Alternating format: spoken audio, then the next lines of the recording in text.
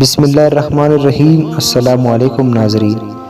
پیارے ناظرین، احادیث و آثار میں بھی شب برات کی عظمت، برکت اور رحمت بہت اہتمام اور بلیغ انداز میں بیان ہوئی ہے۔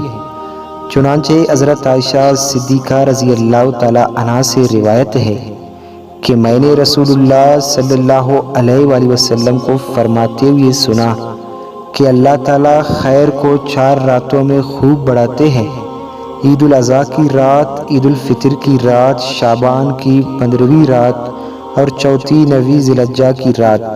ان تمام راتوں میں صبح کی اذان تک خیر و برکت کا نزول ہوتا رہتا ہے۔ حضرت معاذ ابن جبل رضی اللہ تعالیٰ عنہ سے روایت ہے کہ آپ صلی اللہ علیہ وآلہ وسلم نے ارشاد فرمایا کہ شعبان کی 15ویں شب میں اللہ تعالیٰ تمام مخلوق کی طرف متوجہ ہوتا ہے اور اپنی ساری ہی مخلوق کی مغفرت فرما دیتا ہے سوائے شرک کرنے والے اور کینہ رکھنے والے کے۔ پیارے ناظرین، حضرت علی رضی اللہ تعالیٰ عنہ سے مروی ہے کہ حضور اکرم صلی اللہ علیہ وآلہ وسلم نے فرمایا، جب شعبان کی 15ویں رات ہو تو اس رات میں عبادت کرو اور اس کے بعد والے دن میں روزہ رکھو، کیونکہ اس رات کو اللہ تعالیٰ غروب آفتاب کے وقت سے ہی آسمان دنیا پر جلوہ خاص فرماتا ہے، اور اللہ تعالیٰ فرماتا ہے کہ کیا کوئی مغفرت چاہنے والا ہے؟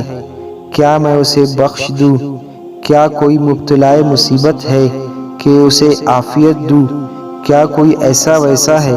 اور یہ آواز صبح تک آتی رہتی ہے۔ پیارے ناظرین، 15ویں شعبان کی اسی مبارک شب میں بنی آدم کا ہر وہ شخص جو اس سال پیدا ہونے والا ہوتا ہے لکھ دیا جاتا ہے، اور بنی آدم کا ہر وہ شخص جو اس سال مرنے والا ہوتا ہے اس رات میں لکھ دیا جاتا ہے، اور اس رات میں بندوں کے اعمال اوپر اٹھائے جاتے ہیں، اور اسی رات میں بندوں کے رزق اترتے ہیں۔